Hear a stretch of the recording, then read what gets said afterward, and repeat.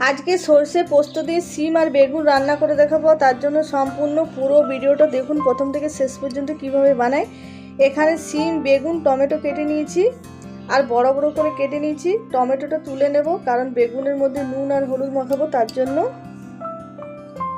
বেগুনের মধ্যে এবারে নুন আর হলুদ গুঁড়ো পরিমাণ মতো দিয়ে দিচ্ছি। এবার ভালো করে মাখিয়ে নেব।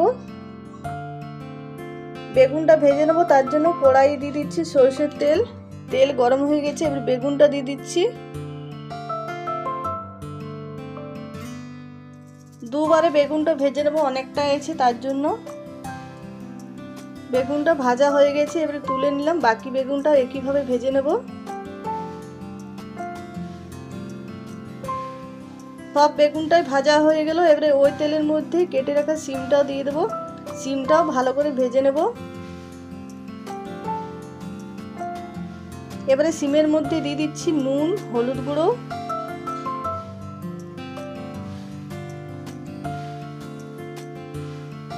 শিমটাও খুব সুন্দর ভাজা হয়ে গেছে, এবারে তুলে নেব।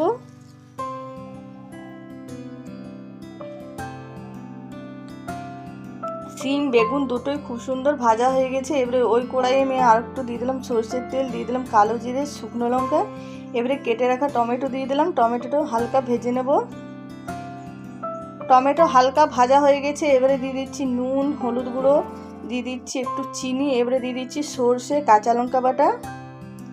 আর এই রান্নাটা কিন্তু সম্পূর্ণ নিরামিষ বানাচ্ছি। দিয়ে দিচ্ছি 4 চামচ মতো এখানে টক দই। সরষেটা হালকা ভেজে নিয়েছি, এবারে দিয়ে দিচ্ছি এর মধ্যে পোস্ত বাটা। সরষে কিন্তু বেশিক্ষণ ভাজা যাবে না, হলে তেতো হয়ে যাবে।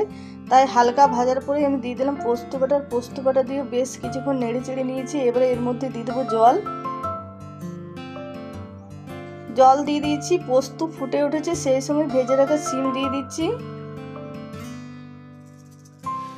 শিমটা দিয়ে পোস্তর সঙ্গে ভালো করে মিশিয়ে নেব।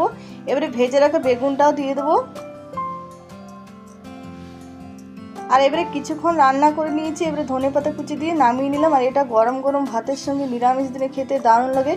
এরকম শিম বেগুন পোস্ত বানালে আর কোনো কিছুই লাগবে না, খেতে এতটাই দারুণ লাগে গরম গরম ভাতের সঙ্গে। আর আজকের ভিডিওটা পছন্দ হলে অবশ্যই লাইক, শেয়ার, কমেন্ট করবেন। যারা নতুন দেখছেন তারা অবশ্যই আমার চ্যানেলটা সাবস্ক্রাইব করবেন, পাশে থাকবেন। কমেন্টে নিশ্চয়ই জানাবেন কেমন হয়েছে কেমন না রেসিপিটা।